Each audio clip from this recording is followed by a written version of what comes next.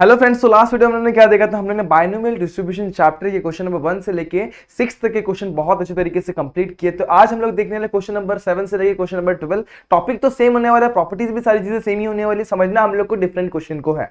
तो यहाँ पे हम लोग अलग तरीके के क्वेश्चन आज समझने वाले हैं। तो इन सारे क्वेश्चन को अगर आप लोग को समझना है तो बने रहे वीडियो के एंड तक। तो कैसे आप सभी लोग, I hope you are fine. तो मैं सर स्वागत करता हूं आपका हमारे यूट्यूब चैनल जेआर कॉलेज पर। सबसे पहले मैं आपको बता दूं कि अभी तक आपने मुझे मेरे इंस्टाग्राम आईडी पर फॉलो नहीं किया हुआ है तो 97_ मंसूरी पे जाकर आप सिंपली मुझे फॉलो कर सकते हैं, क्योंकि बहुत सारे डाउट को कमेंट सेक्शन में पूछना, उसे वहां पे क्लियर करना आसान नहीं होता। तो सिंपली आप लोग आपके डाउट मेरे इंस्टाग्राम पे शेयर करिए, मैं वहां पे आपका डाउट क्लियर कर दूंगा। तो स्टार्ट करते हैं आज का वीडियो। तो आज का video basically based on same topic पर, chapter number 8 binomial distribution, lecture number 2, exercise number 8.1 और यहाँ पे क्वेश्चन होने वाला है 7 से लेकर 12 तक का।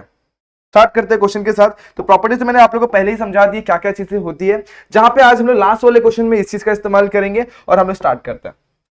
और multiple choice examination with 3 possible answers for each 5 questions. तो यहाँ पे समझने की बहुत सारी चीजें हैं।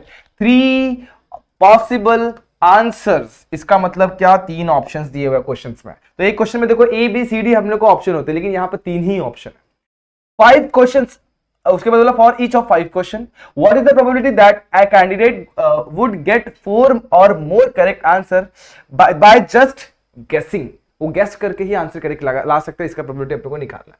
तो मैं स्टार्ट करता हूं। देखो कि सबसे पहले हम लोग को समझना है, हम लोग को प्रोबेबिलिटी एक्स किसको लेंगे और सारी चीजों किसको लेंगे। तो हम लोग लेंगे एक्स। लेट एक्स हमारा क्या है दोस्तों, रैंडम वेरिएबल है। Random variable, random variable which denote क्या कर रहा है, करेक्ट आंसर, विच denotes correct answers। क्वेश्चन समझ में आया, करेक्ट ये हो गया। अब उसके बाद हमारे पास करेक्ट आंसर कितने के बोला, 4 या फिर 4 से ज्यादा, ये अपने को आंसर निकालना, मतलब ये हमारा सॉल्यूशन होने वाला है। अब क्वेश्चन में क्या दिया उसको समझते हैं। One multiple on a multiple choice examination with 3 possible answer. एक क्वेश्चन के 3 पॉसिबल आंसर हो सकते हैं, एक तो A B C. Correct option कितने होंगे, करेक्ट ऑप्शन एक ही होगा, पहला, यानी कि ए हो सकता है, बी हो सकता है, सी हो सकता है, तो एक ही ऑप्शन करेक्ट हो सकता है। तो प्रोबेबिलिटी ऑफ सक्सेस क्या हो जाएगा, प्रोबेबिलिटी ऑफ सक्सेस हो जाएगा 1/3। समझ में ये कैसे है, 3 ऑप्शन हैं और करेक्ट आंसर कितना होगा दोस्तों, 1 करेक्ट होगा। तो ये क्या हो जाएगा 1/3, कुछ इस तरीके से। क्यों कितना हो जाएगा दोस्तों, 1 - 1/3 यानी कि 2/3। ये समझ में आ गया रहेगा आप लोग को, समझ में आया इतना। ओके, एन कितना दिया हुआ है हमें, यहाँ एन की वैल्यू 5। क्वेश्चंस कितने टोटल, 5 क्वेश्चंस है। इस तरीके से हम लोग को समझना। अब हम लोग को स्टार्ट करना बाइनोमियल, इसका क्या निकलना है, बाइनोमियल डिस्ट्रीब्यूशन वाला फॉर्मूला अपन यहाँ पे लिख देते। तो हम लोग को पता है, अगर हमारे पास कोई रैंडम वेरिएबल एक्स है, ठीक है, क्या है, रैंडम वेरिएबल कोई अगर x है, तो उसका बाइनोमियल डिस्ट्रीब्यूशन कुछ इस तरीके से दिया जाता है कि यहां पर अपने को दिया था इस वेव फॉर्म का एक कंडीशन। यहां पे लिखते हैं अपन बाइनोमियल डिस्ट्रीब्यूशन और n, p। हमें n पता है, p पता, सब कुछ पता, तो यहां पे लिखते हैं x, b हम लोग वैसे रखेंगे। n की वैल्यू हमारे पास कितनी है 5 और p की वैल्यू कितनी 1/3। अब इसका प्रोबेबिलिटी अपन कुछ इस तरीके लिखते हैं, n(cx) p(x) and q(n-x)।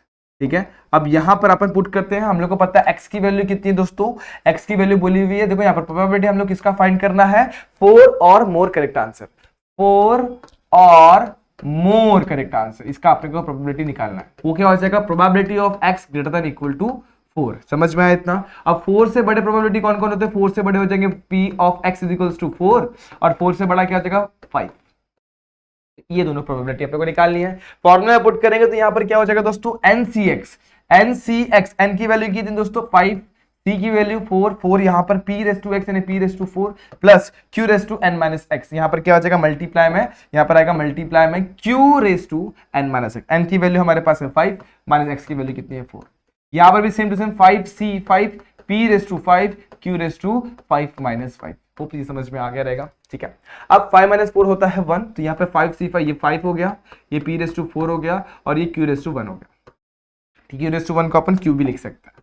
यहाँ पर जाएंगे 5c5 होता है 1, ये p(5) हो गया और यहाँ पर क्या आ जाएगा, ये हो जाएगा q(0), इसकी वैल्यू 1 होती है। अपन दोनों में से p(4) की वैल्यू कॉमन निकालते हैं, यहाँ बचेगा 5q और यहाँ पे बच जाएगा दोस्तों एक p बच जाएगा, क्योंकि ये भी 1 हो गया, ये भी 1 हो गया, एक p बच गया। अब p की वैल्यू सब्स्टिट्यूट करते हैं। p हमारे पास कितना है 1/3, तो 1/3⁴ 5 इंटू क्यू की वैल्यू कितनी है 2/3, यहाँ पे लिखो 2/3 प्लस इसकी वैल्यू कितनी 1/3। सॉल्व करते हैं, ये हो जाएगा 1/81। ठीक है, यहाँ पर देखो बेस सेम है, बेस को लिखो एक बार, 5 2 10, 10 + 1 11। समझ में, देखो 5 2 10, 10 + 1 11 हो गया और 81 को इसको मल्टीप्लाई करेंगे तो कितना जाएगा 243 और अपन में क्या ऊपर क्या आ जाएगा 11। तो ये रहा हमारा आंसर, प्रोबेबिलिटी ऑफ 4 और मोर का आंसर आ गया। तो यहाँ पर आप लोग को तीन चीजों को समझना बहुत ज्यादा इंपॉर्टेंट है। पहला होता है x, दूसरा होता है n, तीसरा होता है p। अगर ये तीन चीज आप लोगों को क्लियर हो गए तो क्वेश्चन आसानी से सॉल्व हो जाता है। बढ़ते नेक्स्ट क्वेश्चन पे, क्वेश्चन नंबर 8। यहाँ पर आप लोग को कितनी चीजें फाइंड करिए, तीन चीजें। A person buys a lottery ticket in 50 lotteries in each of which his chance of winning a prize is 1/100. Find the probability that he win a prize. हमें क्या फाइंड करना है, probability of that he win a prize। पहला condition है at least one, कम से कम एक बार जीता होगा। तो सबसे पहले सारी चीजें लिखते तो अपने को x लेना पड़ेगा, random variable. Let x be the random variable जो क्या डिनोट कर रहा है, डिनोट कर रहा है विनिंग प्राइस। डिनोटिंग क्या डिनोट कर रहा है, denoting winning A number of winning price, ऐसे करके भी लिख सकते हैं विनिंग प्राइस। ठीक है, तो यहाँ पर हम लोग को क्या मिल जाएगा, हमारा प्रोबेबिलिटी ऑफ सक्सेस कितना मिल जाएगा 1/100। और इसका उल्टा क्यों क्या कितना मिल जाएगा 1 - p, यानी कि इतना हो जाएगा 1 में से इसको सब्सट्रैक्ट कर दो तो 99/100 आ जाएगा। तो मेरे को p भी मिल गया, मेरे को q भी मिल गया। हमें n देखना, n हमारे पास n की वैल्यू 50 है। ठीक है, बोला ना 50 लॉटरी टिकट, तो n की वैल्यू 50 है। ये तीन चीजें आप लोग क्लियर है। अब क्वेश्चन पे बढ़ते हैं। आप लोग को सबसे पहले क्या लिखना पड़ेगा, हम लोग को यहाँ पर एक कंडीशन बनानी पड़ेगी फॉर हमारे इसके लिए बाइनोमियल डिस्ट्रीब्यूशन के लिए। तो x यहाँ पे n की वैल्यू कितनी है 50 और p की वैल्यू कितनी 1/100। इसके लिए प्रोबेबिलिटी कुछ इस तरीके से दी जाती है, NCX p raise to x q raise to n - x।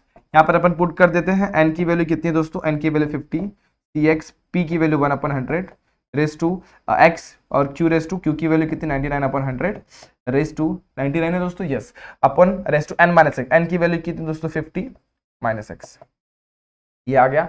अब पहला क्वेश्चन देखो तो एटलीस्ट वन, मतलब कम से कम एक बार जीतना चाहिए। तो यहां पर अपन इसको सॉल्व करते हैं। हमें क्या फाइंड करना, probability of winning at least one, एक बार कम से कम जीतना चाहिए। एक बार जीतना चाहिए मतलब क्या, दो बार भी जीत, एक बार कम से कम। तो मतलब क्या फाइंड करना है, प्रोबेबिलिटी ऑफ x कम से कम एक, मतलब क्या ग्रेटर देन इक्वल टू 1, मतलब एक बार भी जीत सकता है, दो बार भी, तीन बार भी, चार बार भी, ऐसे करते करते 50 तक जा सकता है। इसका उल्टा अपन लिखेंगे, प्रोबेबिलिटी ऑफ, इसका उल्टा क्या, प्रोबेबिलिटी ऑफ x 1 माइनस हो जाएगा और यहाँ पे लेस देन 1, और लेस देन 1 एक ही कंडीशन है, कितना 0, तो 1 minus probability of x equals to 0 हो जाएगा। तो 1 माइनस प्रोबेबिलिटी ऑफ 0 क्या हो जाएगा, देखो x की वैल्यू 0 पुट करेंगे तो 50c0, यहाँ पर 1/100 रेज़ टू 0, यहाँ पे 99/100 रेज़ टू 50 - 0, 1 माइनस 50c0 कितना होता है, 1 होता है, ये होता है, ये भी 1 होता है, ये कितना हो जाएगा 99/100, ठीक है, रेज़ टू 50। अब इसको आप लोग सॉल्व करना चाहते हो सॉल्व कर सकते हैं, अदरवाइज देखो इसको सॉल्व कैसे करना है, 1 minus 99 raise to 50/100 raise to 50। बस इसको वैसे ही रख दो, इसको सॉल्व करने की कोई भी जरूरत नहीं, अदरवाइज आप लोग मिस्टेक कर दोगे और सब कुछ गड़बड़ हो जाएगा। इसको यहीं तक लिखो और यहाँ तक आप लोग ने सॉल्व कर दिया आपका क्वेश्चन। सिंपल था दोस्तों पहला वाला पार्ट। सेकेंड वाला पार्ट एग्जैक्टली एक बार जीता है, ठीक है, तो यहाँ पर लिखता हूँ प्रोबेबिलिटी ऑफ एग्जैक्टली कितने बार, एग्जैक्टली 1, मतलब क्या, probability of x equals to 1।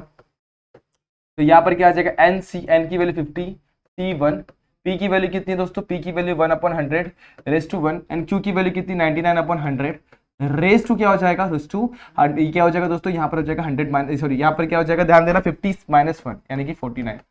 समझ में आया। अब बाकी सारी चीजें सॉर्टेड है, ये हो जाएगा 50, ये हो जाएगा 1/100 और ये जाएगा 99 रेज़ टू 50/100 रेज़ टू 50। ये हो गया 1/2 यानी 1/2 मल्टीप्लाई बाय 99, सॉरी 50 नहीं हुआ 49 हुआ, आपने थोड़ा सा गलत लिखा है यहाँ पे, 49 हो जाएगा दोस्तों। 50 - 1 कितना होता है 49। तो आप लोग एक चीज कर सकते हो, यहाँ पे क्या मालूम है, इसको एक ही ब्रैकेट में रखो, क्या 99/100 रेज़ टू 49, ठीक है, 99/100 रेज़ टू 49, ये आपका आ गया probability of winning exactly once, ये आ गया। तो सेकंड वन भी डन। थर्ड वन पे जाते हैं। थर्ड वन में क्या बोला इसको समझते हैं, बोला एटलीस्ट ट्वाइस, कम से कम दो बार जीतना चाहिए। चलो इसको देखते हैं। थर्ड वन में क्या बोला हुआ है, प्रोबेबिलिटी फाइंड करनी है एटलीस्ट ट्वाइस, कम से कम दो बार, यानी कि क्या प्रोबेबिलिटी हम लोग को ऐसे कंडीशन में फाइंड करें जहां पे प्रोबेबिलिटी ऑफ x क्या हो ग्रेटर देन इक्वल टू 2, कम से कम दो से ज्यादा रहेगा चलेगा।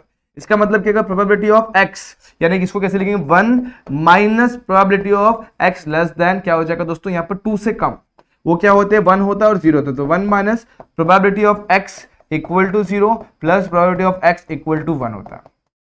ठीक है, इसको अपन सिंप्लीफाई करते हैं तो 1 minus probability of x equal to 0 कितना आया था दोस्तों, यहाँ पर निकाला x इज इक्वल टू 0, यही है अपन ने निकाला हुआ दोस्तों, x इज इक्वल टू 0, तो मतलब ये अपन ने निकाला हुआ क्या 99 अपॉन 100 रेज टू 50, तो यहाँ पर लिखता हूं मैं 99 अपॉन 100 रेज टू 50 माइनस, अब ये इसका वैल्यू सॉरी प्लस, या इसका वैल्यू कितना निकाला अपने, जस्ट निकाला probability of x equal to 1 ये निकाला है, तो 1 upon 2 times 99 upon 100 raise to 49, ये समझ में आ गया। अब दोनों में कॉमन क्या है, दोनों में 99 अपॉन 100 रेज टू 49 कॉमन है, यहाँ पे बच जाएगा यहाँ पे 99 अपॉन 100 और यहाँ पे बच जाएगा 1 अपॉन 2, इसको सिंप्लीफाई करें, अदरवाइज यहीं तक छोड़ेंगे तो भी कोई दिक्कत नहीं है।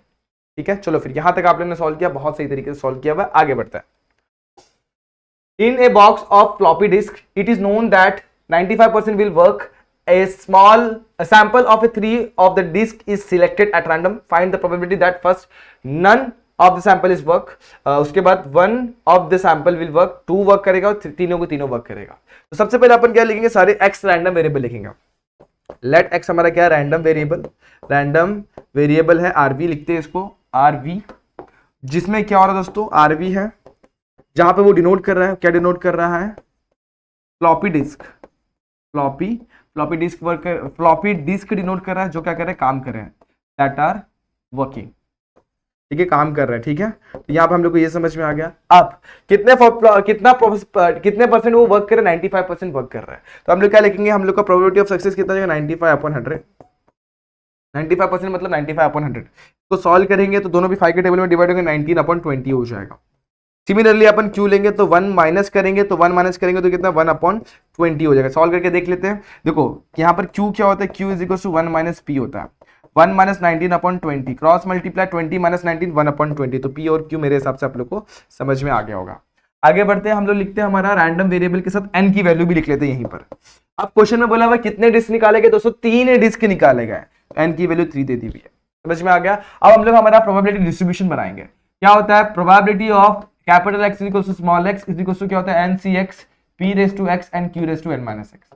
अब n की वैल्यू हम लोग को बोल दी कितनी, 3 है, cx, p की वैल्यू हमें पता है 19 अपॉन 20 एंड x की वैल्यू हमें पता नहीं है।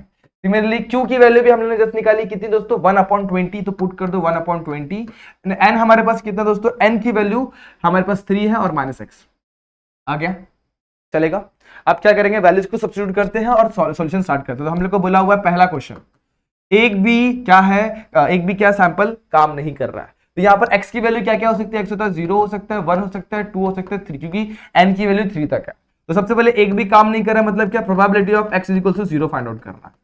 वो क्या हो जाएगा, सिंपल, ये सारी चीजों को अपन लिखेंगे 3c1 19 upon 20 raise to 1, sorry 3c0 इधर पे 0 और 1 अपॉन 20 रेज टू 3 माइनस 0।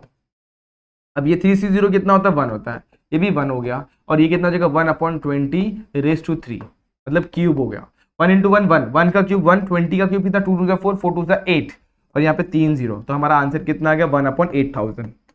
तो पहला क्वेश्चन मेरे हिसाब से आप लोगों को क्लियर हो गया रहेगा। अब बढ़ते हैं दूसरे क्वेश्चन पे। हम लोग क्या बोला, एग्जैक्टली एक काम कर रहा है, अभी यहाँ पर देखो 1 और यहाँ पर 2 और यहाँ पर तीनों के तीनों काम कर रहे हैं। तो probability of x equals to 1 find out करना, ये आप लोग अभी निकाल सकते हैं। सिमिलरली यहाँ पर क्या 3c1 हो जाएगा, 19 अपॉन 20 रेज टू 1 हो जाएगा, और यहाँ पे 1 अपॉन 20 रेज टू 3 माइनस 1 हो जाएगा। 3c1 3 होता है, 19 अपॉन 20 मेरा वैसे ही रहेगा, और यहाँ पर क्या जाएगा 3 माइनस 1 कितना 2, तो 1 अपॉन 20 यहाँ पर कितना जाएगा 400, 19 3 अब देखो यहाँ पर नीचे डिनोमिनेटर में डिवाइड नहीं होता है, तो कैंसिलेशन नहीं होगा, 19 3 कितना हो जाएगा 57, और यहाँ पे 8000 आ जाएगा। सिमिलरली बाकी सारी चीजें आप लोग कैलकुलेट कर सकते हैं, मेरे हिसाब से आप लोग को इनमें दिक्कत नहीं आएगी। तो ये दोनों क्वेश्चन को आप लोग को सॉल्व करना और आंसर निकालना करेंगे, ठीक है। बढ़ते हैं अपन नेक्स्ट क्वेश्चन पर। Find the probability of throwing at most 2 6s in 6 throw of single die. जब सिंगल डाई थ्रो करूंगा तो यहाँ पर अपने को किससे काम है दोस्तों, 6, किससे, 6 से काम है, 6 आते कितने हैं दोस्तों, अगर एक डाई थ्रो किया तो एक ही 6 आता है। तो let x be the random variable denoting number of 6s, ठीक है। तो प्रोबेबिलिटी ऑफ सक्सेस क्या आ जाएगा, p। अब देखो टोटल आउटकम कितने आते हैं, 6 आते हैं, और 6 कितना होता है 1 होता है, तो 1 अपॉन 6 हमारा p आ जाएगा, और q हो जाएगा हमारा 1 माइनस 1 अपॉन 6 यानी 5 अपॉन 6 हो जाएगा। मेरे हिसाब से इसमें कोई दिक्कत नहीं है। अब n की वैल्यू देखते हैं हमारे पास कितने दोस्तों, find the probability of throwing at most 2 6s in 6 throw. कितना 6 थ्रो किया अपन ने, थ्रो 6 बार अपन ने किसी भी डाई को थ्रो किया होता है, n की वैल्यू 6 देती हुई है। ठीक है, अब यहाँ पे अपन प्रोबेबिलिटी को देखते हैं। Probability of x is equals to x क्या होता है, N C X P raise to X Q raise to N minus X. ये किसके लिए होता है दोस्तों, बायनोमियल डिस्ट्रीब्यूशन, जहां पे हमारा ये कुछ इस तरीके से डिनोट किया जाता है। अब यहाँ पर हमारे पास n की वैल्यू कितनी है, 6 है, p की वैल्यू है हमारे पास 1/6। वैल्यू पुट करते हैं और सॉल्यूशन फाइंड आउट करना चालू करते हैं। तो probability of x is equals to x, n की वैल्यू कितनी है दोस्तों 6, c x, p raise to p की वैल्यू कितनी 1/6 raise to x, and q की वैल्यू कितनी 5/6 raise to n minus X. n की वैल्यू कितनी है दोस्तों 6 माइनस x। ठीक है, अब वैल्यूज को सब्स्टिट्यूट करते हैं। हमें क्या फाइंड करना है, एटमोस्ट 2 6। हमें क्या फाइंड करना है, प्रोबेबिलिटी ये फाइंड करनी है, एटमोस्ट 2 6, ज्यादा से ज्यादा कितने आने चाहिए, 2 6 आने चाहिए। तो कितने हो जाएंगे, प्रोबेबिलिटी ऑफ x ज्यादा से ज्यादा 2 से कम होगा चलेगा, तो 2 से कम कितने हो सकते हैं, 1 2 और 0 भी हो सकता है। तो यहां पर हमारे x की वैल्यू क्या हो सकती है, 0 1 2 3 4 5 और 6 तक जा सकती है। तो हम लोग को बोला 1 से कम, तो यह हो जाएगा probability of 0 plus probability of 1 plus probability of 2। बस आप लोग को ये निकालना है। तो x की वैल्यू पे 0 पुट करो, एक बार 1 पुट करो, एक बार 2 पुट करो, आपको आपका आंसर मिल जाएगा। तो बस आप लोग को मैं एक बार पुट करके दिखा देता हूं, सॉल्यूशन आप लोग आराम से निकाल सकते हैं। 1/6 to 0 और यहाँ पे 5/6 to 6 minus 0 plus 6c1 1/6 to 0, sorry 0 नहीं, यहाँ पर 1 आएगा, एंड 5/6 to 6 माइनस 1। तीसरा 6c2 1/6 to 2 और यहाँ पे क्या 5/6 to 6 माइनस 2। सॉल्व करेंगे इसको तो ये हो जाएगा 1, ये हो जाएगा 1, 5/6 to 6। इसको सॉल्व करेंगे तो यहाँ पे 6 मिलेगा, 1/6 5/6 to 5। इसे सॉल्व करेंगे तो क्या हो जाएगा 6c2 को कैसे निकालेंगे, 6 factorial upon 6 minus 2 factorial multiply by 2 factorial. इसे तोड़ेंगे 6 multiply by 5 multiply by 4 factorial, 4 factorial multiply by 2 factorial. ये कैंसिल, ये 2 फैक्टोरियल को 2 into 1 लिख सकते हैं, 2 3 कितना 15। तो यहाँ पर ये आप लोग को मिलेगा 15 और बाकी वैल्यूज को आप लोग को सब्स्टिट्यूट करना है। इसको भी सिंप्लीफाई करके आप लोग आंसर ला सकते हैं, चलेगा। ठीक है, इसको आप लोग ट्राई करिए। अपन बढ़ते क्वेश्चन नंबर नेक्स्ट, यानी कि question number 11। It is known that 10% of certain articles manufacture are defective. ठीक है, what is the probability that in random sample of 12 such articles 9 are defective. तो हम लोग को डिफेक्टिव से ही मतलब है, तो हम लोग लेट एक्स हमारा रैंडम वेरिएबल लेंगे, वो डिनोट कर रहा है क्या, नंबर ऑफ डिफेक्टिव। तो x be the random variable denoting defectives, समझ में आया। ओके, अब डिफेक्टिव्स लिख दिया यहाँ पर मैंने। अब क्या होगा, अब x के ऊपर ध्यान दिया जाए तो हम लोग को परसेंटेज दे दिया, सर्टेन आर्टिकल में 10% डिफेक्टिव हो, तो प्रोबेबिलिटी ऑफ सक्सेस हमें दे दिया 10%। 10% का मीनिंग होता है 10/100, यानी कितना होता है 1/10 होता है। ओके, अब q की वैल्यू कितनी हो जाएगी, q की वैल्यू 1 - 1/p, यानी 1 माइनस p, यानी कितना हो जाएगा 1/100, 1/10 सब्ट्रैक्ट करेंगे तो कितना मिल जाएगा 9/10। ठीक है, अब आगे बढ़ते हैं। यहाँ पे हमें और भी कुछ बोला हुआ है, हमें क्या निकालना है, प्रोबेबिलिटी फाइंड करनी है 12 सच आर्टिकल जिसमें 9 डिफेक्टिव है। तो टोटल आर्टिकल कितने 12, तो n की वैल्यू हमें 12 दे दी हुई है। हमारा बायनोमियल डिस्ट्रीब्यूशन का फंडा कुछ इस तरीके से बनेगा कि यहाँ पर हमारा n का वैल्यू 12 है और p की वैल्यू कितनी 1/10। तो इसका प्रोबेबिलिटी कैसे दिया जाएगा, x is equal to small x n c x, n हमारे पास है दोस्तों कितना है 12, तो यहाँ पर लिखेंगे देखो n c x लिख देते हैं, p raise to x q raise to n minus x लिख देते हैं और इसके बाद पुट कर देते हैं।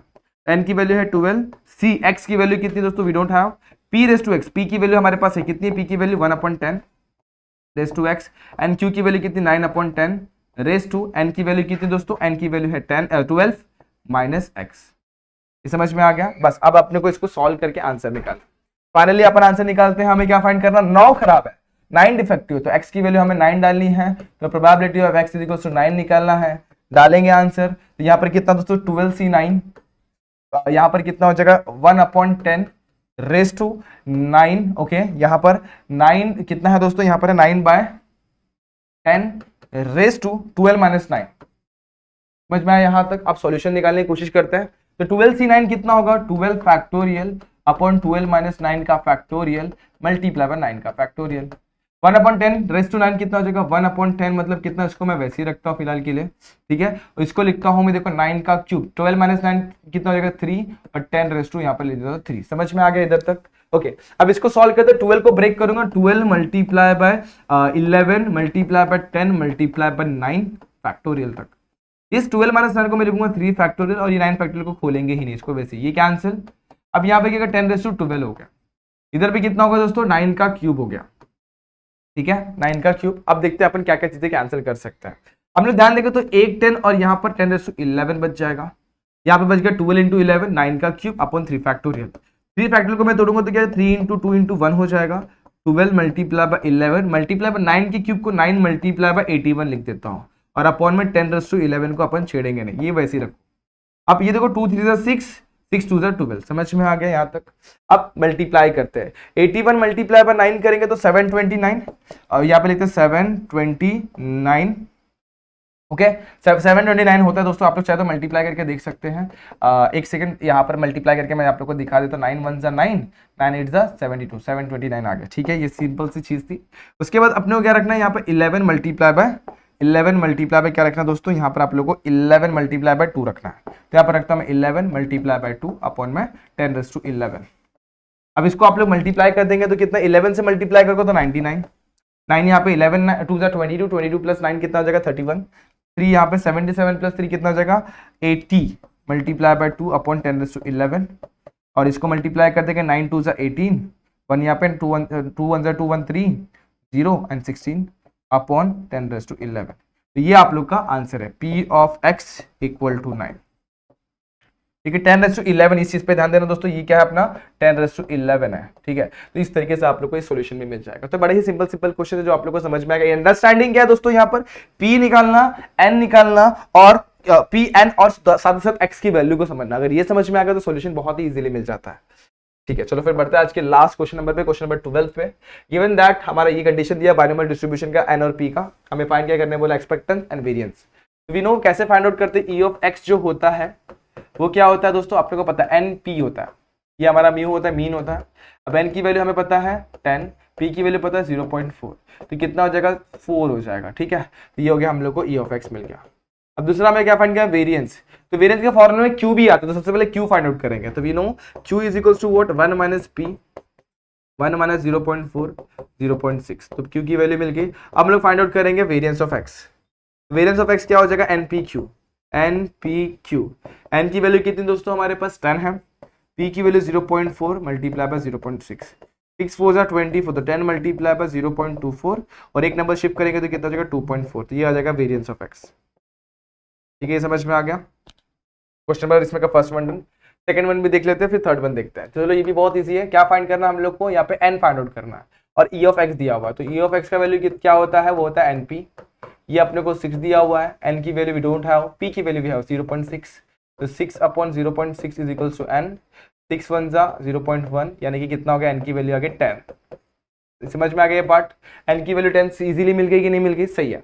अब अपने को निकालना है वेरिएंस, तो वेरिएंस की वैल्यू निकालने के लिए अपने को क्या निकालना पड़ेगा, Q = 1 - P 1 - 0.6 कितना आ गया 0.4, Q मिल गया। ओके, वेरिएंस ऑफ x निकालते हैं, NPQ, N we have 10, P we have, P की वैल्यू कितनी है दोस्तों 0.6 एंड ये कितना, सेम आंसर आएगा यहाँ पर भी।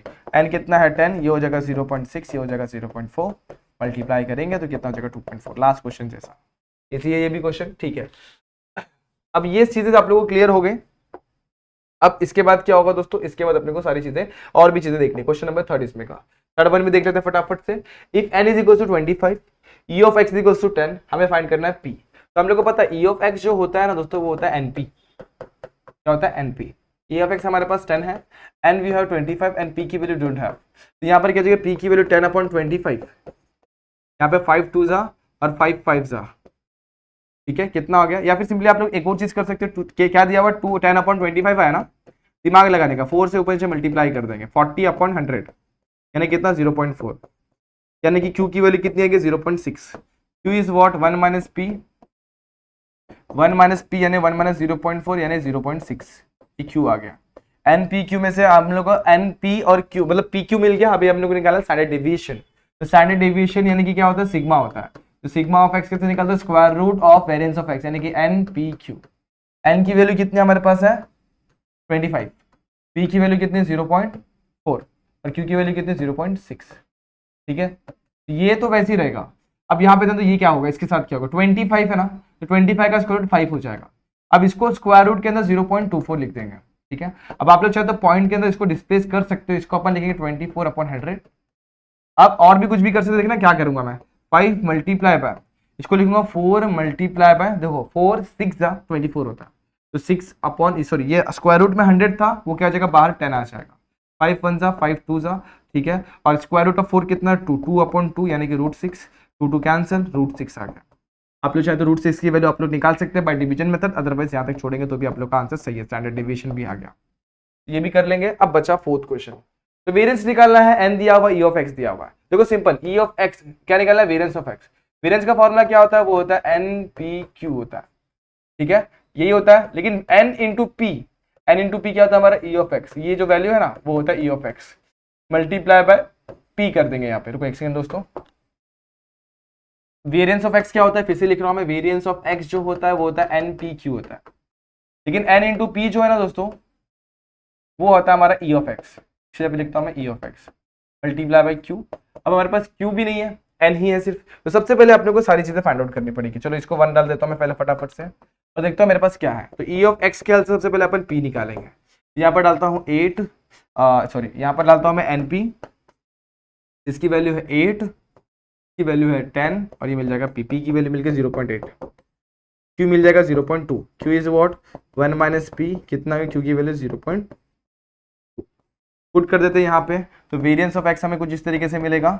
ये कितना हमारे पास 8, और क्यू हमारे पास कितना 0.2, 8 2 16, 1.6 वेरिएंस ऑफ एक्स। ये भी अपने को बहुत इजीली मिल गया। सिंपल सा क्वेश्चन था दोस्तों, लेकिन बड़ा ही मजा आया सॉल्व करने में। तो ऐसे क्वेश्चन के साथ आप लोग को डील करना है, 2 क्वेश्चन को आधे सॉल्व किए वो आप लोग कंप्लीट करना है, और इस तरीके से हम लोग ने एक्सरसाइज को भी कंप्लीट कर दी। तो इस तरीके से हुआ हमारा खत्म सिलेबस मैथ्स 2 का। तो आप लोग क्या करना है, फटाफट से सारे के सारे चैप्टर्स को सॉल्व करते हुए धीरे धीरे करके आगे आना है। फिर भी कहीं डाउट कहीं दिक्कत तो आप लोग कमेंट सेक्शन में पूछना और उसे वहां पर क्लियर कर लेना है। तो आज के लिए बस इतना ही, मिलेंगे फिर किस नए वीडियो के साथ जहां पे हम लोग कुछ और नई चीजें सीखेंगे। तब तक के लिए stay tune and good bye.